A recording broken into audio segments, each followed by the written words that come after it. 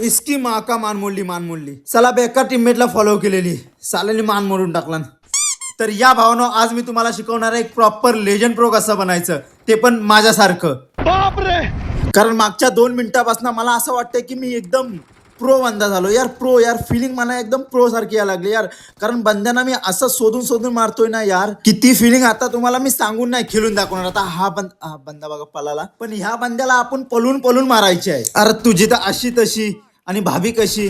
तर भावानो, पहिलं तर तुम्ही एकदा बंद्याला नॉक केला तर पूर्ण पहिलं फिनिश करून टाका. नाहीतर काय हरामखोर आपलं किल चोरी करायला बसलेले असतात. जसं की हा बघा, हा हरामखोर चला मारा पण मारला नसता आणि माझा किल पण चोरी केला नसता, त्यामुळे मला घाटा झाला असता. आता हा समोरचा बंदाच बघा, साला यार किसने मारा, साला कोणी मारला न्याला यार. हा माझा किल होता यार भावानो.